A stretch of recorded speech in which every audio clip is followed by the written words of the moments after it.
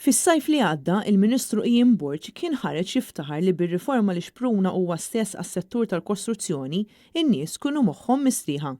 Illum iżda qed nitkellmu dwar vittma li nqatlet f'sit ta' kostruzzjoni u mhux tal-li ħadd ma jrid jerfa' responsabilità politika tal-li l-Prim Ministru qed jibqa' jiddefendi lill-Ministru Ian Burge. Jiena sal-lum minix qed nara li hija kwistjoni ta' responsabilità ta' Ministru. Meta mistoqsi minn Net News qabel daħal Kastilja, Robert Abela qal li għadu jrid jara jekk dan kien xi nuqqas min-naħa tal-mod kif saru regolamenti is-sajf li għadda. Dan minkejja li xorta se jbiddel jew jirranġa ir-regolamenti. Il-Kamra tal-Periti kienet ilha mis-sena li għaddiet li ħejjiet il-proposti tagħha għas-settur tal-kostruzzjoni.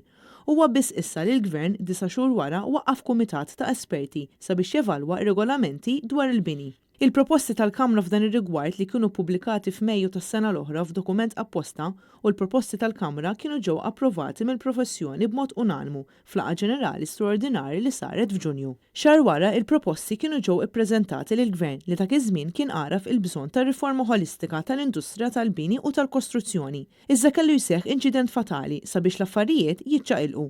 Għaldaqstant, il-Kamra tal-Periti fis-sqarrija stiednet lil dan il-Kumitat ta' Esperti li twaqqaf minn Robert Abela sabiex jarbel id-dokument tagħha u ma jintilifx aktar żmien sakemm jidħlu fis-seħħ ir-riformi neċessarji.